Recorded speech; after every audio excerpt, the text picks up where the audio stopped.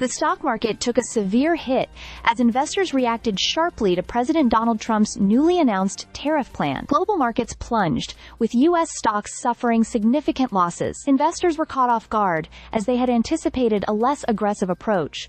But Trump's tariffs turned out to be far more expansive than expected. The market's response was swift and dramatic. S&P 500 futures tumbled by 3.5%, NASDAQ 100 futures fell by more than 4.3%, and Dow futures slid nearly 1,000 points, equating to a 2.3% drop.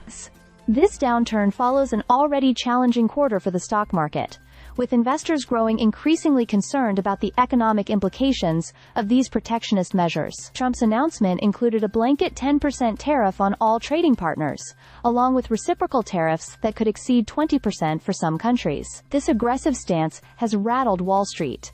Dan Ives, an analyst at Wedbush Securities, described it as worse than the worst-case scenario that investors had feared. The impact is being felt across industries, especially among companies heavily reliant on global supply chains. Tech giants and major retailers were hit particularly hard. Apple shares plunged by nearly 7%, while Amazon and Walmart dropped by 6% and 5%, respectively, and Nike, which manufactures a significant portion of its products in Vietnam, suffered a steep 7% decline in after-hours trading. Retail chains that depend on imported goods also faced heavy losses, with Five Below plummeting 13.5% and Dollar Tree falling over 11%.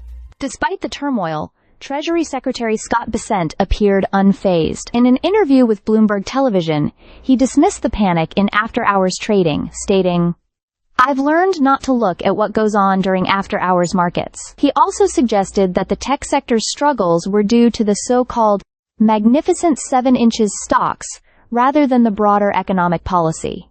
The auto industry is also bracing for impact. While General Motors and Ford saw minimal declines of less than 1%, Stellantis, the owner of Jeep, dropped nearly 2%, largely due to its heavier manufacturing presence in Europe. According to a Goldman Sachs estimate, these tariffs could raise the price of a foreign-made car by as much as $15,000.